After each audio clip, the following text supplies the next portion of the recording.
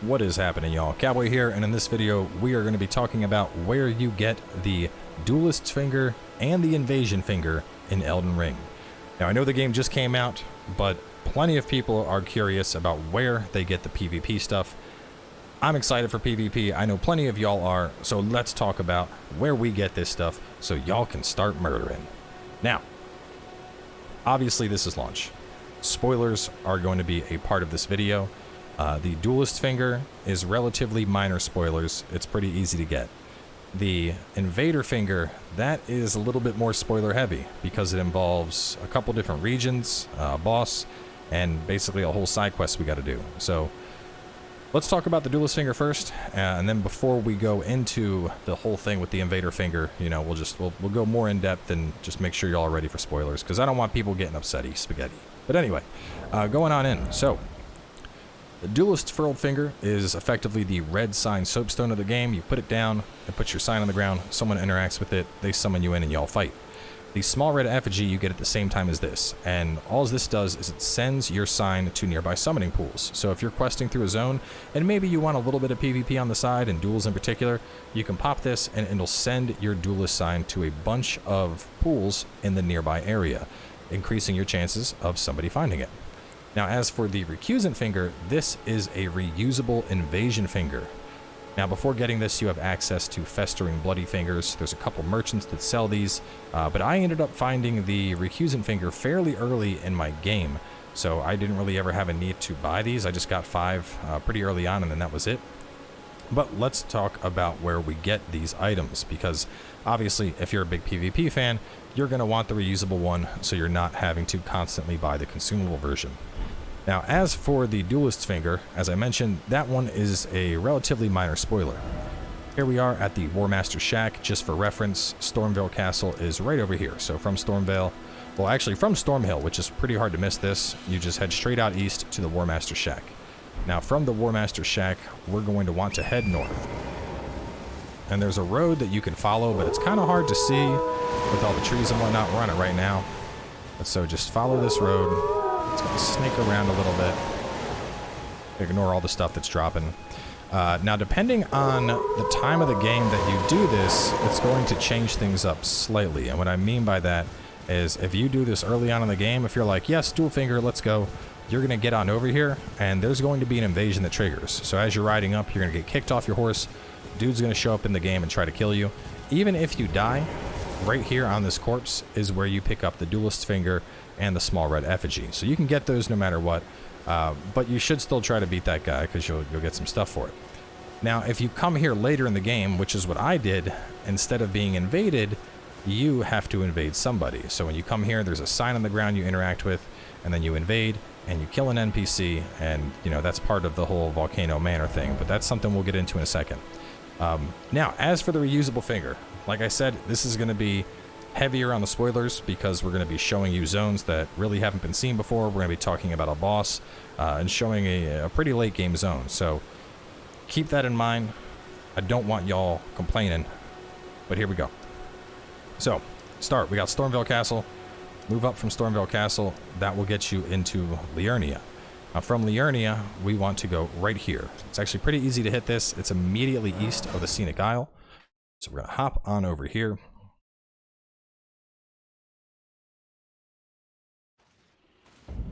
All right. Now from the Scenic Isle, you just go straight east. And you can see that tower right there, and that's what we want to aim for.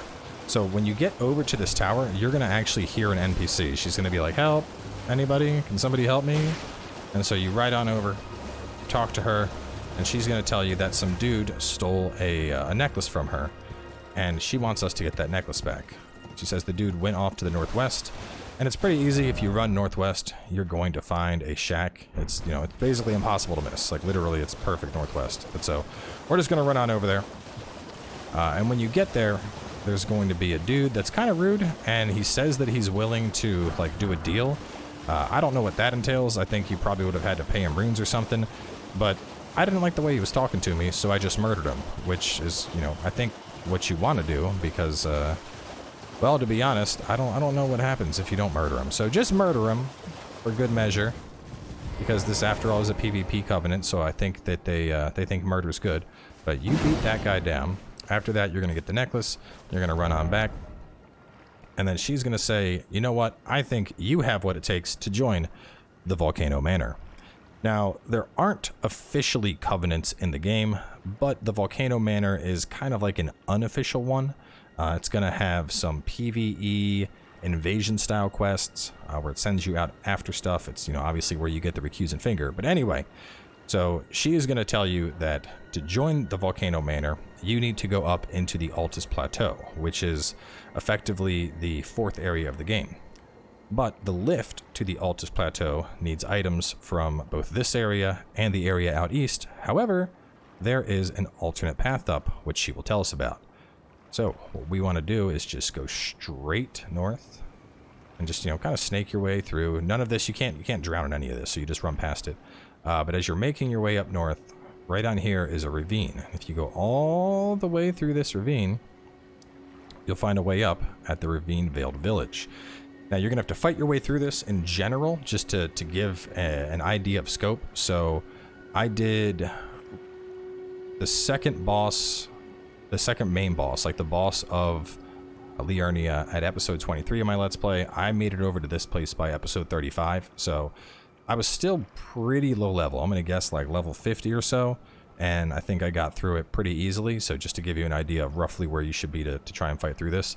But after you go through the ravine, eventually you're going to reach a boss, which is the magma worm. You know, whether or not you can kill him, that's up to you. For those of you that are trying to rush this item, I would suggest something with bleed. Bleed in general has been ridiculous in my playthrough. Like bleed straight, it seems like bleed is purely HP percentage based. So like, you know, you'll be attacking a boss and then bleed procs and you'll see like 1,000 damage happen all of a sudden. But anyway, after you kill the magma worm, you can hop on this lift and this will lead us up to the Altus Plateau. Now, fair warning, my world looks a little bit different than yours right now for reasons that I will not disclose, but just something to keep in mind. Don't question it. I don't want people to get upset about spoilers. I'm really trying. I know I'm reiterating this a lot, but, you know, the only other option is to run this way facing the camera, and that ain't gonna work, so. Up at the Altus Plateau, we are just going to head straight along this path. There's a grace right there you can grab if you want to come back here at a later time. But to be honest, if you're rushing this early, you probably don't belong in this area.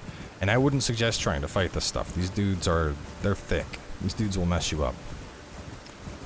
If anything here tries to attack you, I would suggest you just run away. You know, I'm not your supervisor, but I would suggest running away. So anyway, we're just going to keep on running up along this trail.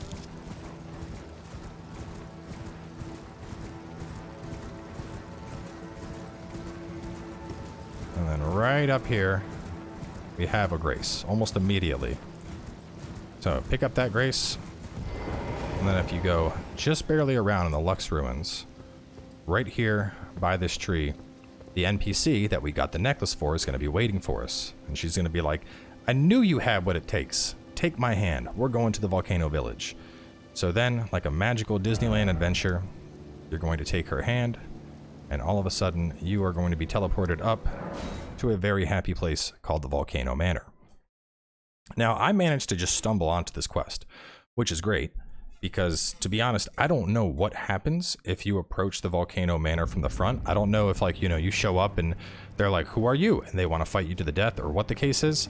But anyway, you'll get teleported here, you'll get a grace, and that lady that you see standing by at night in like all the promotional art, she's right here. Go on and talk to her. She's going to go through a bunch of stuff and ask if you want to join the Volcano Manor.